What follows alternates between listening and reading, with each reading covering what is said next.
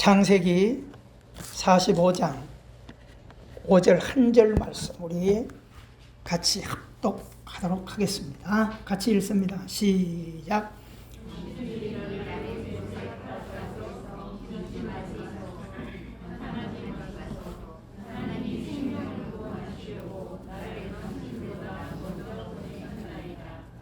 할렐루야. 자, 이 말씀은 우리가 많이 듣고 또 좋아하는 말씀이에요. 근데 제가 광고 시간에도 이야기를 이미 좀 나눴지만 항상 우리의 생각과 하나님의 생각은 달라요.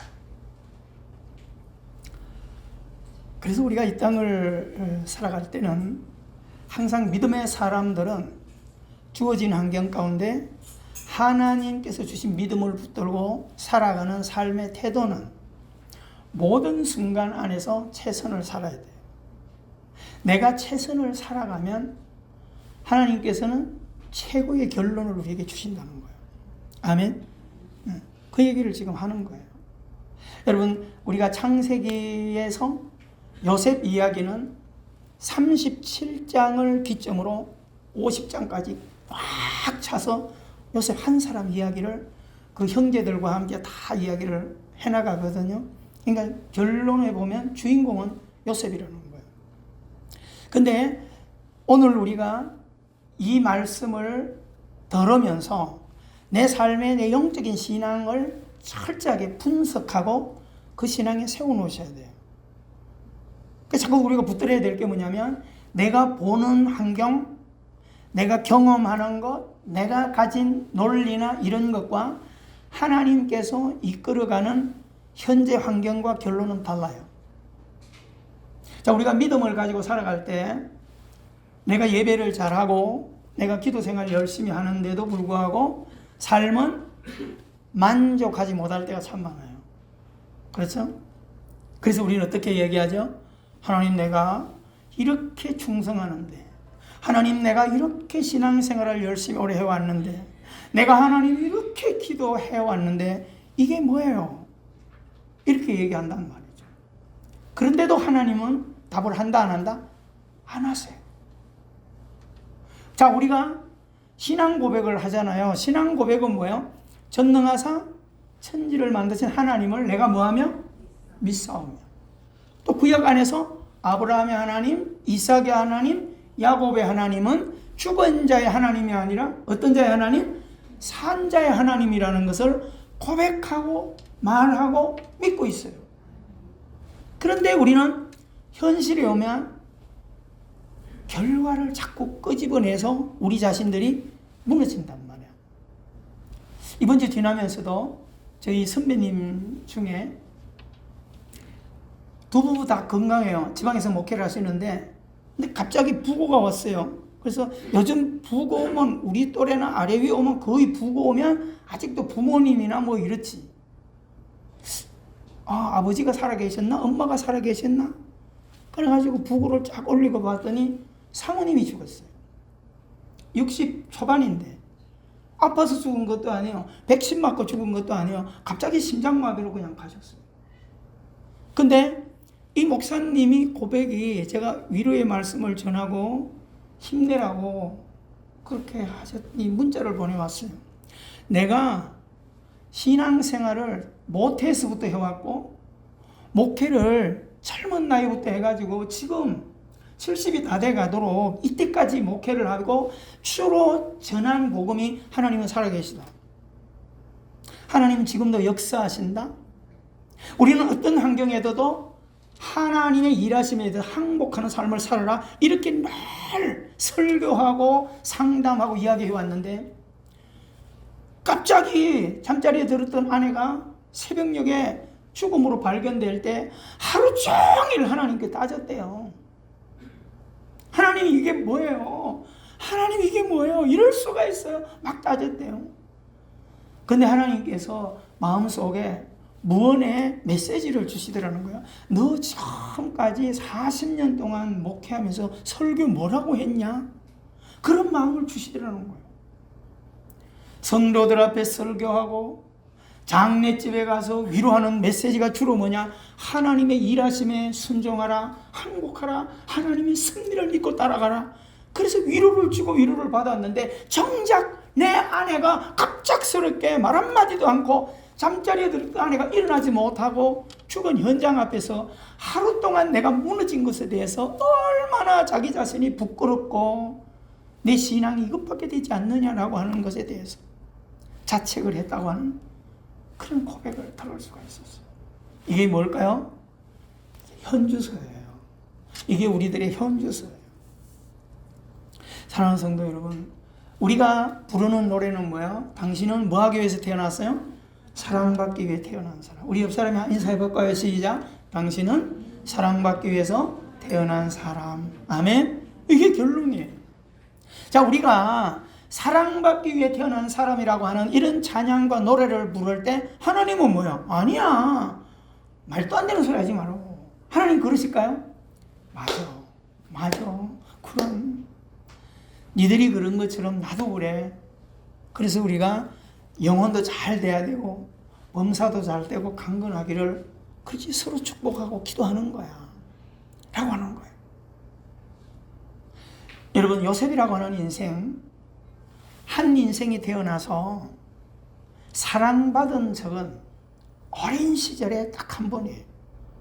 많은 형제들, 이복 형제들 가운데서 말째로 태어나서 아버지가 채색옷을 입히면서 사랑했어요. 말째기 때문에 더 사랑했을 수 있잖아요.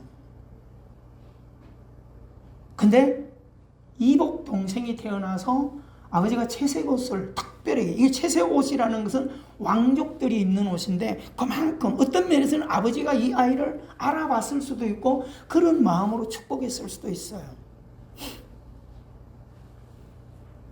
근데 형들의 뭘 봤죠? 시기 질투. 여러분, 그 시기 질투심은 어디까지 가요? 뭐라 하나, 그를 사람을 죽이는 거는 거기까지 가는 거예요. 살인까지 가는 거예요.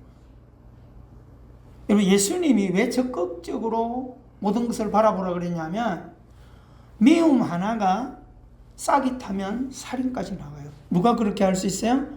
모든 사람이다. 오늘 예배하는 우리도 예외는 아니에요. 마음속에 가장 무서운 게 뭐예요?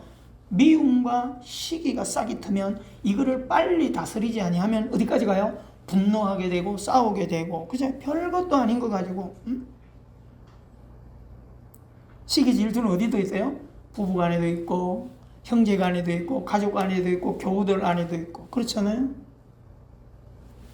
미움과 시기와 미움은 같이 가요. 또 다른 말로 말하면 사랑과 미움, 사랑과 시기는 같이 가요. 왜 시기하고 질투하죠? 사랑하기 때문에. 그런 거거든요. 자, 그 순간을 빼놓고는 요셉에게 닥쳐온 건 뭐예요? 고난이에요.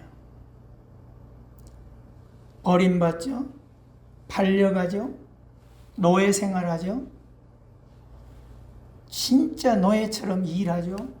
그것도 남의 나라 가서 모섬으로 일해요. 자유도 없어요. 여러분, 요셉이 걸어가는 길이 고난의 여정이지만 요셉에게서 우리가 주목해야 될 게 하나 있어요. 두 가지입니다. 그 두 가지가 뭐냐면 어떤 환경 속에서도 성실하게 살았어요. 어떤 면에서는 바보 같아요. 그렇죠? 새벽에 은혜를 나눴던 것처럼,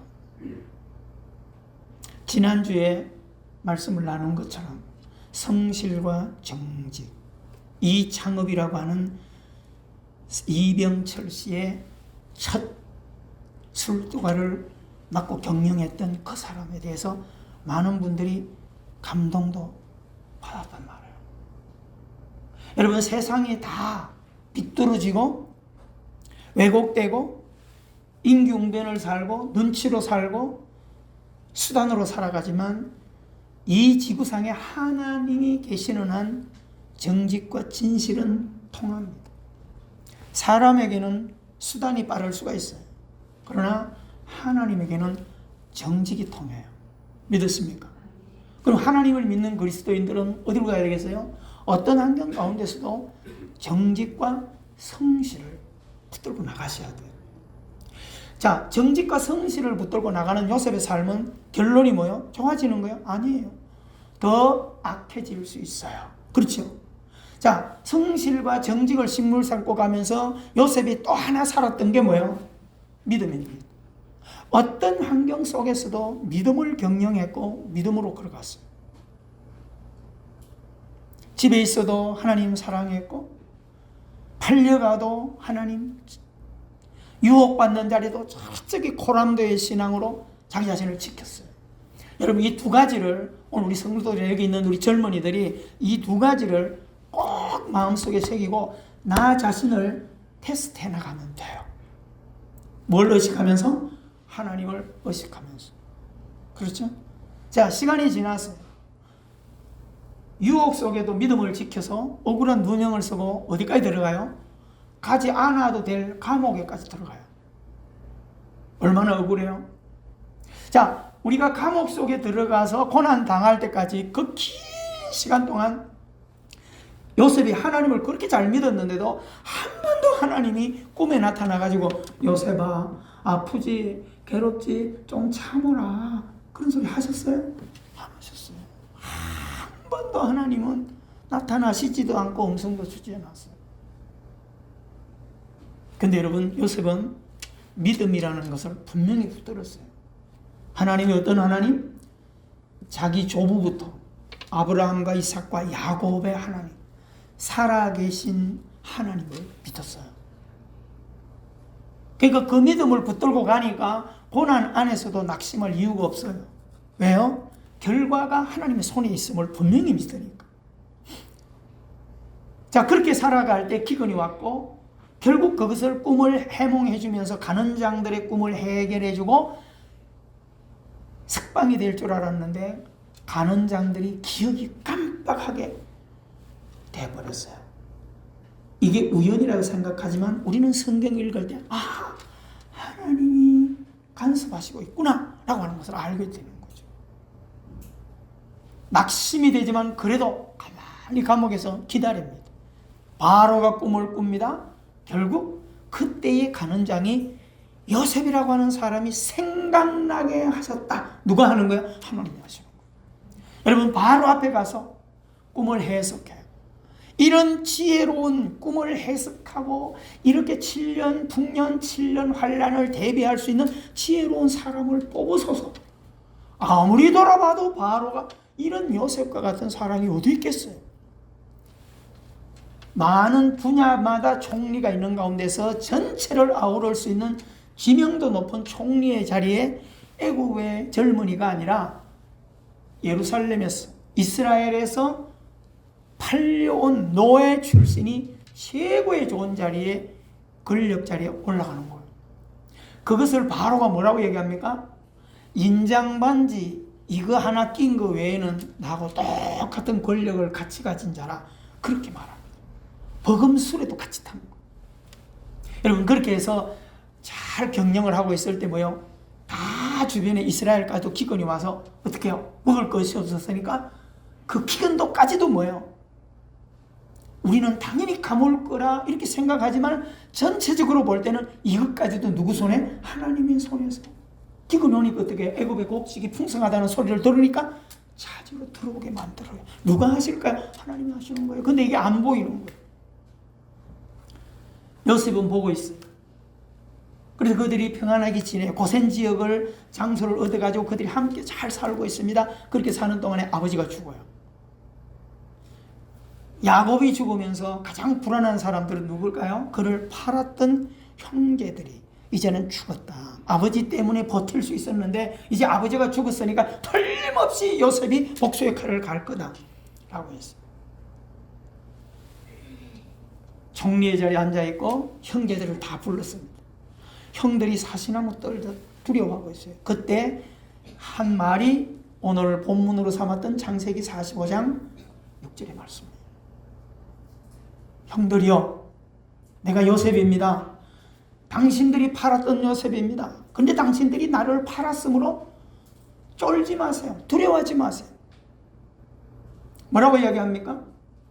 하나님이 이때를 위하여 당신들보다 먼저 나를 하나님이 보냈습니다. 자수성가와 신수성가로 구분해서 많이 이야기했고 글도 쓰고 말씀했어요. 여러분, 요셉이 걸어간 그 모든 과정이 요셉 스스로 걸어간 거잖아요. 믿음을 지키고 노력했잖아요. 정직과 성실로 걸어갔어요.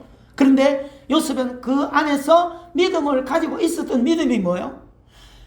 침묵하시는 중에도 하나님이 나타나지 않고 도와주시는 것 같지 않아도 하나님은 뭐하고 계신다? 일하고 계신다는 것을 뚜렷하게 바라보는 믿음을 가진 거예요. 여러분, 자수성가는 내가 노력해서 성공하는 것, 영광을 얻는 것, 이걸 자수성가라고 그래요. 그리고 나서 뻐기고 자랑하는 거예요. 그런 사람이 자수성가 신앙의 삶에 고난이 올 때는 고난도 자기가 당해야 되잖아요. 그 못 견디는 거예요. 그래서 절망하고 낙심하고 더 심해지면 뛰어내리고 목숨을 끊어버리는 거예요. 이게 자수성가의 결론이에요. 예수님의 12제자 중에 자수성가이 있다면 누가 있을까요? 유다 같은 사람. 결국 목매 자살하는 쪽으로 나가는 거예요. 여러분, 우리는 요셉을 잘 연구하면서 우리의 삶도 다 지금 자수성가로 살아가지만 결론을 신수성가로 바꿔나가셔야 돼요. 신수성가는 뭐냐? 생사하복, 인간이 살고 죽고 하는 모든 복의 근원이 하나님께 있다라고 하는 거예요. 인간이 살아가는 데 있어서 희노애락, 기쁘고 슬프고 행복하고 불행한 이 모든 권한이 누구 손에 있다? 주님 손에 있다. 그렇기 때문에 일이 잘 되고 성공하고 많은 사람에게 사랑을 받는 자리에 가더라도 내가 자만하거나 교만하거나 뻐기지 않아요. 하나님께 영광을 돌리는 거예요. 이런 신수성가의 신앙은 극적으로 낮아지고 억울하게 감옥을 가더라도 그 안에서 원망하고 불평하지 않아요. 그것처럼 사도 바울처럼 그 모든 환경 안에서 예배하고 감사하고 찬양하고 기도하는 거예요. 왜요? 나의 고난까지도 누구 손에 있다? 하나님의 손에 있다라고 하는 것을 믿는 거예요. 이것이 신수성가라고 하는 것입니다. 오늘 우리가 특별히 6월을 지나면서 머릿속에 그려지는 게 뭐예요? 아픔이죠. 6.25가 있기 전에 뭐가 있었어요? 36년간 일제에 탄압을 받았어요. 여러분, 그 일제 36년을 통하여 이름도 빼앗겨버리고 성도 다 빼앗겨버리고 땅도 다 빼앗겨버리고 유린을 당했어요. 처참하게 젊은 처녀들이 끌려가서 정신대로 고통을 겪어야 됐고요.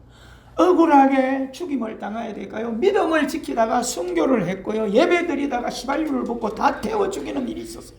이런 고난의 역사야. 아픔이에요. 그런데 하나님은 아신다면서 침묵하세요. 그 후로 잠깐 몇 년 동안 있다가 6.25가 터져가지고요. 상상하지 못할 우리의 젊은이들이 국립묘지에 누워있고 외국에 있는 그 많은 젊은이들이 작은 땅덩어리를 돕기 위해서 와서 수만 명이 죽음을 당해서 공동묘지에 때는 자국의 공동묘지에 묻혀있어요. 근데 하나님은 아무 간섭도 안 하시는 것 같아요. 여러분, 하나님은 일하시는 분이세요.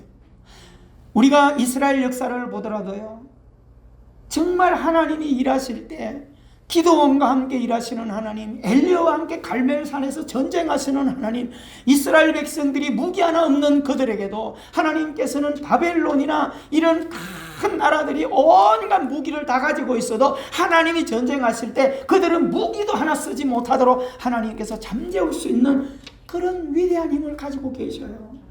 그럼에도 불구하고 우리 역사 속에 하나님은 침묵하세요. 여러분, 더 나아가서 예수님께서 사랑하는 하나님 아들이면서 이 땅에 오셔서 십자가에 너무 억울하게 비참하게 죄도 없이 매를 맞고 침뱉음을 당하고 십자가에 죽어가실 때도 하나님은 침묵하세요.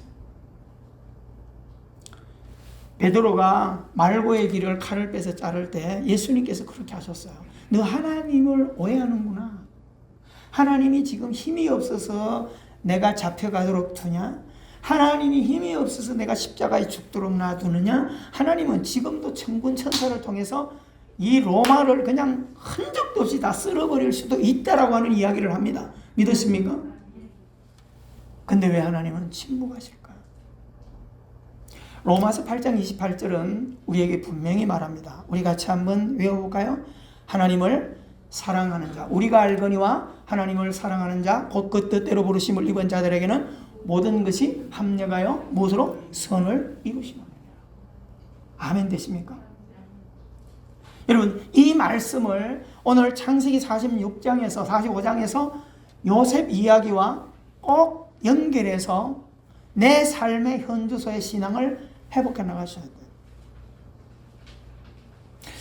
자, 우리는 생활 속에서도 이 이야기를 좋은 시로 가지고 있는 게 있어요. 한 송이 국화꽃을 피우기 위해 서척새는 밤부터 그렇게 울었나 보다. 그렇죠? 서척새가 밤이, 저도 이거 어른이 될 때까지 이게 종달새인지 참새인지 그렇게 알고 있었으니까 참 멍청하죠. 그죠? 이게 풀소리인데, 그죠? 서척새라는 게. 바람에 막 불리면서 부딪히면서 이 소리가 나는데 무슨 이야기일까요? 아무도 모른다는 거예요. 이렇게 고난당하는 이유가 뭔지 아무도 모른다는 거예요. 근데 아침에 꽃이 핀 걸 보면 그런 이유가 있었구나. 여러분, 고난이라고 하는 우리의 삶 속에 있는 이것을 우리가 아름다운 영광으로 바꿔내놓는 결론을 우리가 바라볼 수 있었어야 돼요. 우리의 삶도 마찬가지입니다. 여러분, 합력하여 선을 이루시는 하나님이세요.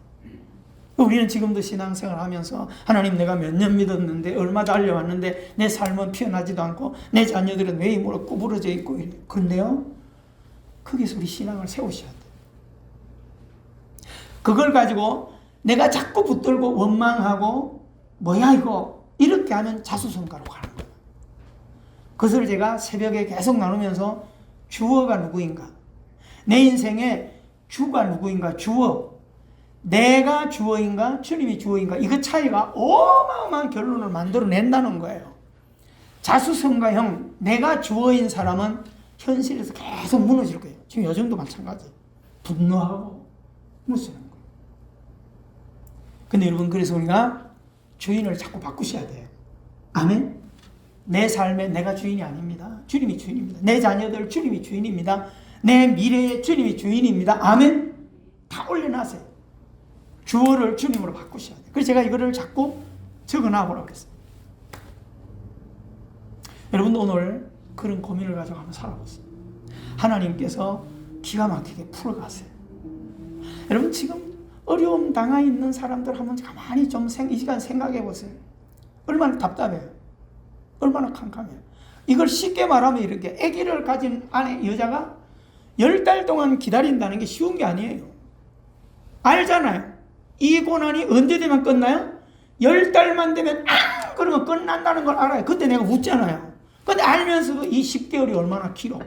똑같아요.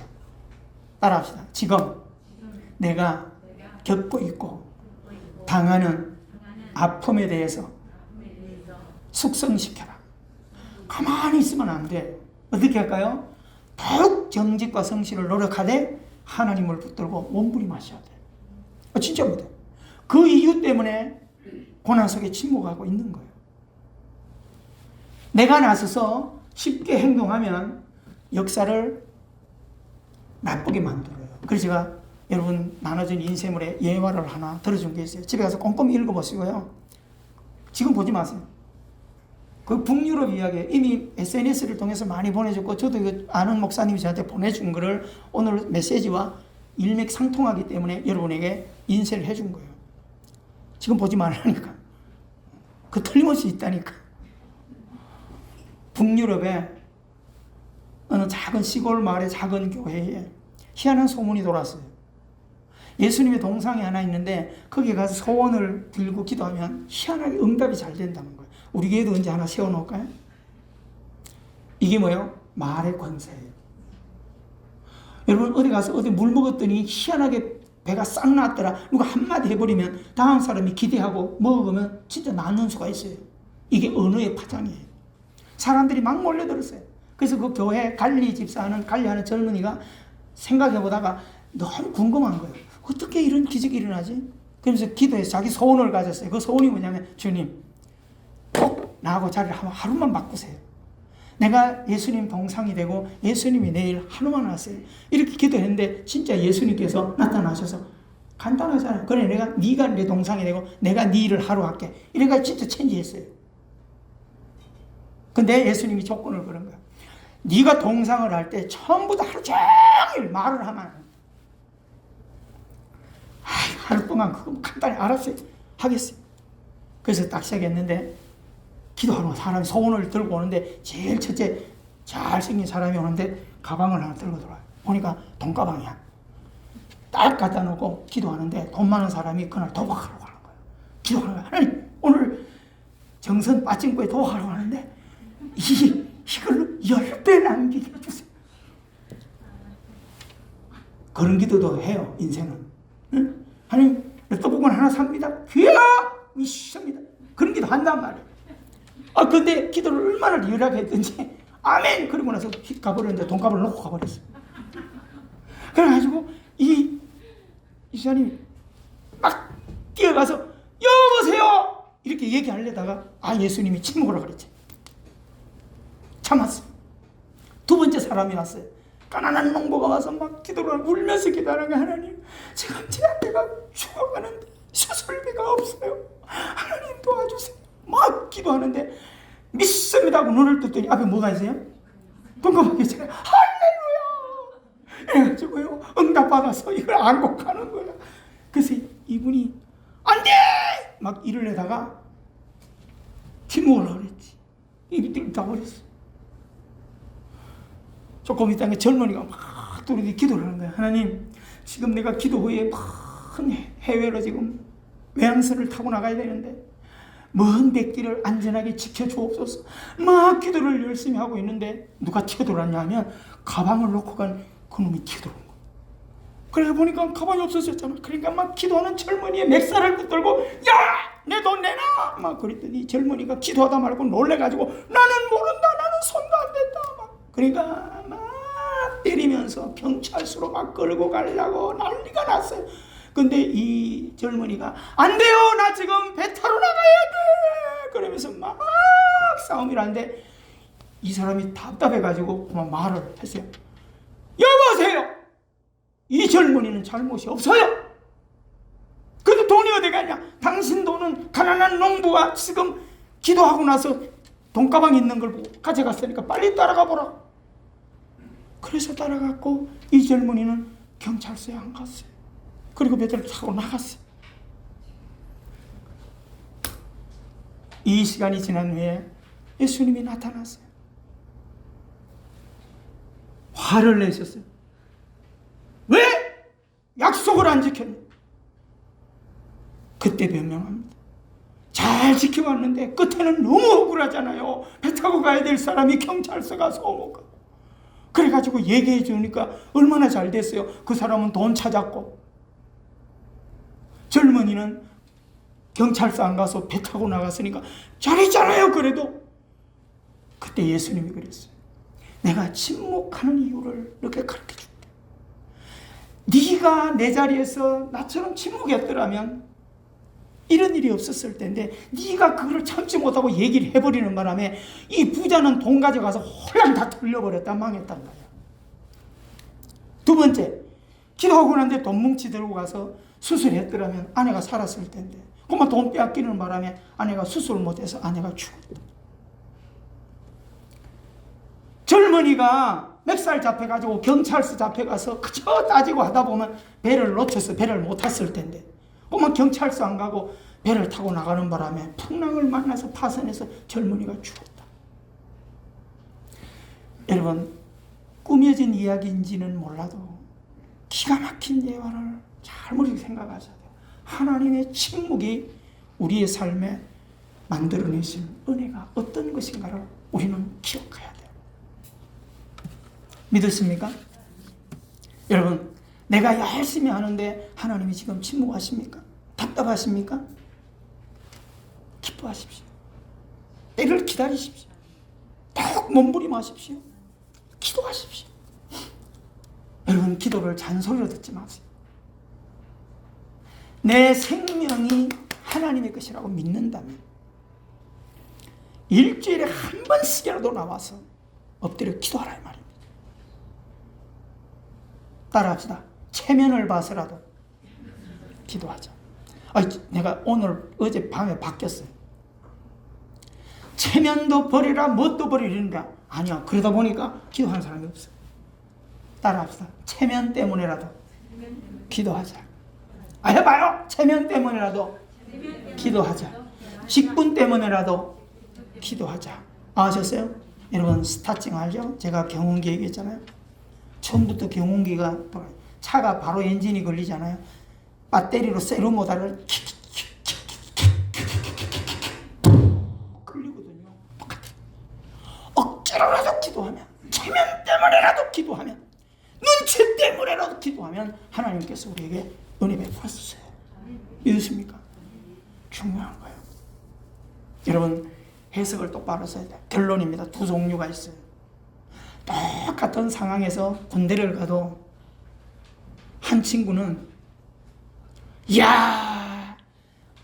내 돈도 아니고 부모 돈도 아니고 나라에서 돈 대주고 나라에서 옷 주고 나라에서 먹여주고 나라에서 용돈 주고 나라에서 맛있는 것도 먹여주고 너무 좋다, 이런 젊은이가 있고요. 똑같은 자리에 군대 들어가 가지고요, 우리 집 좋은 집 놔두고 딱딱한 침대에서 개고생하고 앉았네. 똑같은 상황에서 두 스타일의 사람이 있습니다. 그리스도인이란 좋은 환경도 하나님께 영광, 우리의 삶의 고난도 하나님께 영광을 돌리기 위해서 내용을 똑바로 바라보고 해석을 바르게 할 수 있는 그런 하나님의 사람들이 되기를 주님의 이름으로 축원합니다. 여러분, 인생 살아갈 때, 한 주간 살아갈 때도 우리가 가만히 생각해 보세요. 무슨 일이 하나 더 생기면 호들갑을 떨어요. 저도 마찬가지. 근데 그렇게 살아봐야 나만 아파. 왜 하나님이 원망하지 말고 불평하지 말라고 했다고요? 나를 사랑하기 때문에. 분노해봐야 좋은 거 하나도 없어요. 내 몸만 망가지는 거야. 이미 닥쳐있는 고난 참으세요. 인내하세요. 더 기도하세요. 할렐루야. 하나님은 뭐 하신 분이에요? 일하시는 분이세요. 믿으십니까? 진짜입니다. 신명기 8장 16절에 이렇게 말하고 있어요. 내 조상도 알지 못하던 만나를 광야에서 내가 너희들에게 먹였다. 그래서 너희들을 광야 40년 동안 내가 너희들을 훈련시켰다, 갖췄다 라고 하는 거예요. 근데 곁에 가면 뭐라고 말하죠? 반드시 마침내 너에게 복을 주기 위해서. 아멘. 여러분, 지금의 고난이 왜 있다고요? 하나님이 나를 복 주시려. 지금의 연단이 왜 있다고요? 나를 더 멋진 걸음을 걷도록 하기 위해서 지금의 연단이 와 있어요. 자이든 타이든, 내가 실수했던, 내가 실수하지 않았는데도 왔던 고난이 상관없어요. 모든 고난에는 누가 있다? 주님의 뜻이 있습니다. 아멘이십니까? 이 믿음 붙들고요, 6월 한 달을 몸부림하면서 달려가는 우리 주인공들이 되기를 주님의 이름으로 축원합니다. 우리 가슴에 손을 얹고 잠시 기도하도록 하겠습니다. 뜨거운 마음으로 하나님, 해석을 잘하게 해주세요. 요셉의 인생을, 다니엘의 인생을, 루스의 인생을, 성경 안의 주인공들을 바라보면서 합력하여 선을 이루어 가시는 주님을 붙들고 남은 생애를 믿음으로 승리하겠습니다. 우리 이 시간 함께 기도하십시다. 은혜가 풍성하신 하나님 아버지, 오늘도 사모하는 마음으로 함께 6월의 첫 예배를 드리는 사랑하는 성도들, 철저히 우리의 삶과 신앙을 훈련하고 다시 정립하게 도와주셔서 얼마 동안 믿은 것에 목마르지 말고 어떻게 앞으로 믿고 살아갈 것인가에 대해서 더욱 눈을 들어 주를 바라볼 수 있도록 은혜 입혀 주옵소서. 아버지, 여러 가지 삶 가운데 걱정이 있습니까? 염려가 있습니까? 환난이 있습니까? 질병이 있습니까? 두려움이 있습니까? 미래가 불안합니까? 아버지 하나님, 침묵하시는 하나님은 살아계신 하나님이십니다. 나를 잘 알고 계십니다. 나를 잘 보고 있습니다. 두려워하지 말고 낙심하지 말고 묵묵히 믿음의 걸음을 걸어갈 수 있는 아름다운 삶이 되게 하여 주시옵소서. 오늘도 모든 삶을 바라볼 때 아버지 하나님, 주어가 내가 되지 말게 하시고 주님이 주어가 되게 하시고 자수성가형으로 살지 말고 신수성가의 삶을 반드시 살아갈 수 있는 우리 시언약 가족들과 이 설교를 듣는 모든 성도들의 삶이 되도록 은혜 입혀 주시옵소서.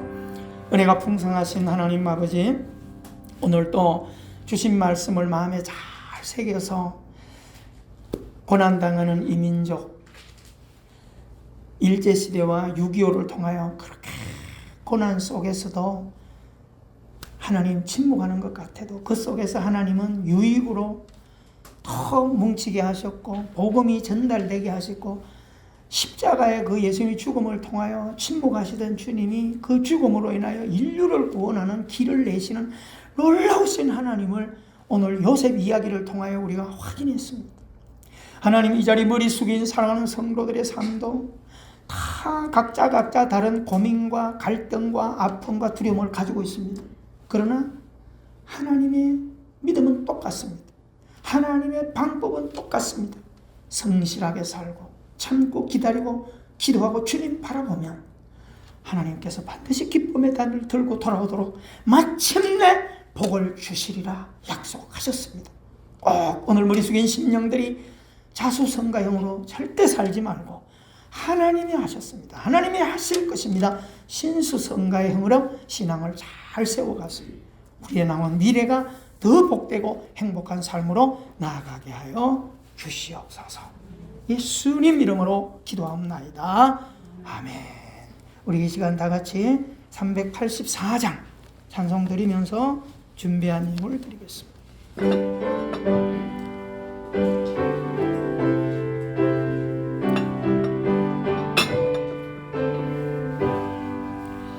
너의 갈 길 다가도 예수 인도하시니 내 주 안에 있는 긍휼 어찌 심하리요. 믿음으로 사는 자는 하늘 위로 받겠네. 무슨 일을 만나든지 만사형통하리라. 무슨 일을 만나든지 만사형통하리라. 너의 갈 길 다가도록 예수 인도하시니 어려운 일 당한데도 족한 은혜 주시네. 나는 심히 고단하고 영혼 매우 가라나 나의 앞에 방 속에서 쇳물나게 하시네. 나의 앞에 방 속에서 쇳물나게 하시네. 너의 갈 길 다가도록 예수 인도하시니 그의 사랑 어찌 건지 말로 할 수 없도다. 성령 감화 받은 영혼 하늘 날아갈 때에 영영 부를 나의 찬송 예수 인도하셨네. 영영 부를 나의 찬송 예수 인도하셨네. 기도합니다. 사랑의 하나님, 오늘도 주님 은혜 감사하며, 한 주일도 주님 은혜 감사하며, 한 달 동안도 주님 지켜주시고 보아주신 은혜 감사하며 11조 예물들을 구분하여 드립니다. 꼭 주님 의식하여 드리는 구분하는 예물이 되게 하시고, 체면 때문이라도 11조 할 수 있게 하시고, 조건 때문이라도 감사할 수 있도록 은혜 입혀 주옵소서. 갖가지 감사들을 담아 올렸습니다. 선교 예물을 헌신합니다. 교회를 위하여 헌신합니다. 성도들을 위하여, 종들을 위하여 사랑을 베풀고 헌신합니다. 모든 눈물 받아주소서. 꼭 지켜주소서. 침묵 중에도 일하시는 하나님께서 한 주간도 저들의 가정을 보호하시고, 6월 한 달을 저들을 품어주시고, 사사로운 인간의 생각을 갖지 말고 철저하게 힘들고 그럴 때 믿음으로 지나가고 믿음으로 극복해 가도록 은혜 입혀 주시옵소서. 꼭 아버지 하나님의 역사를 눈으로 바라볼 수 있는 주인공들이 되게 하여 주시옵시고, 또 저들의 모든 사업장마다 임마누엘로 도와주셔서 때를 따라 돕는 하나님을 풍성하게 경험하게 해주시고, 갖가지 재난과 질병과 코로나 연병들이 사랑하는 성도들의 삶을 엄습하지 못하도록 성령의 충만함으로, 하영금으로, 하나님의 능력으로 보호하시고 인도하여 주시옵소서. 한 주간 살아갈 때 더욱 몸부림하게 하시고, 하나님께 더욱 기도하는 영혼들이 세워지도록 은혜 입혀 주시옵소서. 예수님 이름으로 기도하옵나이다. 아멘. 우리 안전자리에서 383장 찬송 드리겠습니다.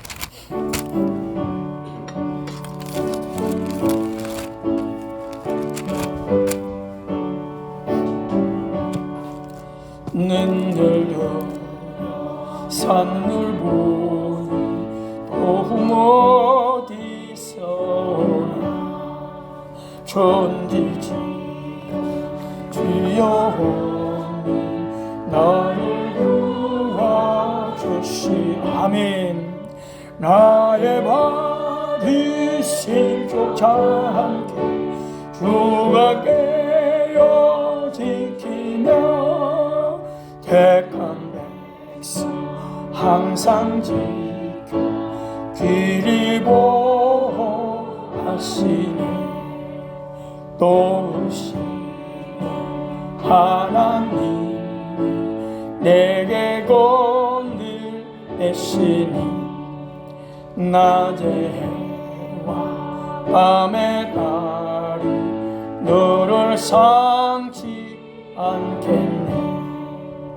내게 화를 주지 않고 오늘 보호하시며, 너의 주님 기검부터 영영 인도하시니. 아멘. 축도 후에 그 자리 잠시들 남아주시기 바랍니다. 지금은 길이요 진리요 생명 되신 우리 구주 예수 그리스도의 은혜와 하나님의 사랑과 성령의 교통하심의 은혜가 오늘도 복된 예배를 드리고 6월 한 달을 오직 믿음으로 승리하기로 다짐하는 모든 성도들 머리 위에, 그들의 가정과 생업 위에, 이 나라 민족과 세계 선교 위에 합력하여 선으로 이끄시는 하나님의 복을 꼭 나려 주시옵기를 간절히 예수님 이름으로 축원하옵나이다. 아멘. 주님 주시옵소서.